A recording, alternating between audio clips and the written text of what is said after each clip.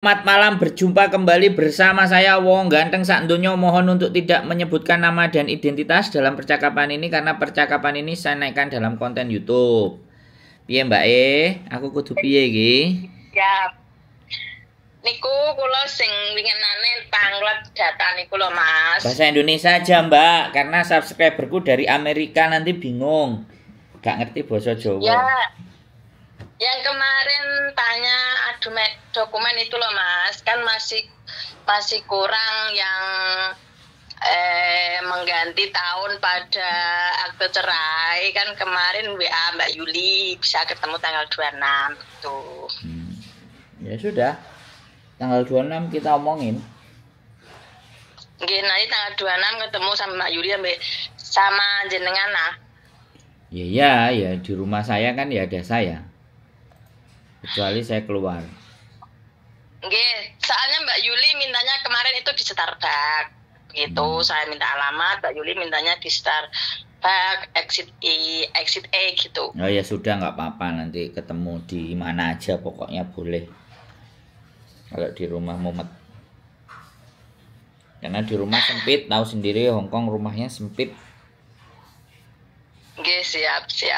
Itu untuk penggantian itu berapa lama ya Mas prosesnya? Kalau boleh tahu. Proses kita ya 1 minggu sampai ke 2 minggu, Mbak. Oh, cuman segitu. Oke, siap. Berarti bisa kalau datanya semua kan masih di Indo, terus nanti kan berarti saya cuma mengasih foto Mas Andro yang foto Scan KTP sama paspor. Scan PDF. Scan PDF aja. Berarti yang surat cerai juga dari Indo suruh scan dulu. Scan PDF nanti dicek dulu. Terus dicek fisiknya juga. Sebenarnya kan makanya kita nggak tahu nanti, makanya setelah sampean kirimkan nanti kita kirimkan ke yang membantu dari pengadilan agama atau pengadilan negeri. Dia cek segala sesuatunya, terus dibutuhkan fisiknya apa enggak. Nanti kalau dibutuhkan fisiknya ya kita kirim fisiknya. Sampai tinggal ngirim aja karena kayak Indonesia ke tempat daerah sampean atau kita belum tahu instruksinya dari mereka. Setelah itu ya sudah, baru nanti kita sambung lagi berbicaranya di offline. Nah sekarang pertanyaannya, sampean sudah yakin dengan calonnya sampean? Kalau data nggak usah dipusingin. Sekarang saya yang lebih bertanya itu tentang kesiapan sampean dengan calonnya ini loh. Sampean sudah benar-benar, karena kemarin ada yang visanya tertolak Mbak, gara-gara finansial. Oh sudah, insya Allah sudah siap semuanya, sudah. Ya kalau misalnya belum selesai, belum kelar urusannya mereka, sebaiknya keluar dulu urusannya. Kalau enggak nanti sampean maksudnya yang urusan apa Mas? Ya saya nggak tahu suami sampean itu ada urusan apa, mungkin masih jadi suami istrinya orang, atau ada perekonomian, atau punya hutang, tidak aman. Atau semuanya. Calonnya single. Nah seperti itu Mbak, soalnya, nah karena sekali lagi itu sudah ranahnya pribadi sampean dan dia. Kita tidak menginginkan ya kan. Proses itu setelah kita kelar sama sampean ternyata permasalahannya di suami. Bisa dipahami nggak? Calon suami. Jadi dalam kita membantu itu bukan hanya hal yang cuman sampean butuhkan, tapi kita mencoba memberikan gambaran dan pandangan. Apakah kondisi suaminya itu layak untuk agar sampean dependent visanya nanti keluar. Karena istri saya dulu dalam menikah dengan saya untuk mengeluarkan dependent visa itu, istri saya hampir bekerja 2 tahun, kemudian MPF, ada bekerja yang ada MPF-nya, potongan MPF, kemudian istri saya menyimpan uang di atas 60.000 Hongkong dolar di tabungannya dia. Jadi hal-hal itu yang harus diperhatikan dengan pasangan, karena saya tidak menginginkan teman-teman saya ya kan menikah dengan orang Hong Kong ending-endingnya visa dependennya nggak bisa keluar. Bisa dipahami nggak? Iya paham. Insya Allah aman. Walaupun itu urusan pribadi sampean, tapi saya menyampaikannya sejak dari awal, menginformasikan biar nggak salah kejadian, salah jalan dan semuanya, karena ini menyangkut masa depan. Begitu ceritanya. Jadi saya harus bukan harus ya, saya seseorang yang pernah punya pengalaman dan ingin menyampaikan pengalaman itu, walaupun kadang-kadang aku ora butuh karo pengalamanmu Mas Andro. Aku cuman butuh iki, gak usah kakean ngomong, mau kentai seng. Ada juga kadang-kadang yang seperti itu, Mbak. Makanya saya lebih terbuka saja gitu loh. Kalau memang percaya saya bisa membantu, monggo. Kalau memang enggak juga enggak apa-apa. Ya, siap. Insya Allah aman guys, soalnya dia pertama status single, terus kedua dia pegawai tetap di kantor MTR. Dia untuk slip gaji 30 up. Jadi insya Allah aman. Siap. Cukup yang ditanyakan hanya itu saja, Mbak. Sisanya kita bicarakan secara offline ketemunya. Ya, siap. Oke. Ketemu tanggal 26, guys, siap. Oke. Makasih Mas Andro. Sehat selalu, matur sembah nuwun. Assalamualaikum. Assalamualaikum. Waalaikumsalam. Oke, teman-teman semua ya, menikah kembali ya, harapannya kita bisa membantu ya, sekali lagi. Mudah-mudahan apa yang dicita-citakan. Makanya memverifikasi data ya, memastikan pasangan kita itu wajib dan penting ya buat teman-teman.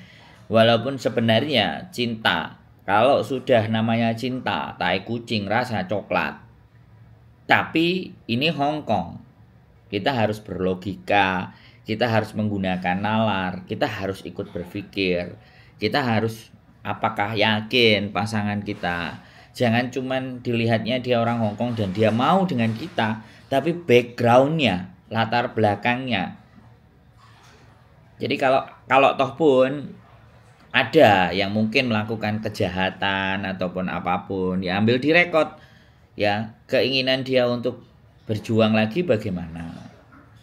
Sebenarnya hubungan itu yang bisa merasakan kan teman-teman. Dan sekali lagi nggak banyak juga teman-teman yang juga berhasil untuk mendapatkan dependent visa dan mendapatkan kehidupan yang lebih baik.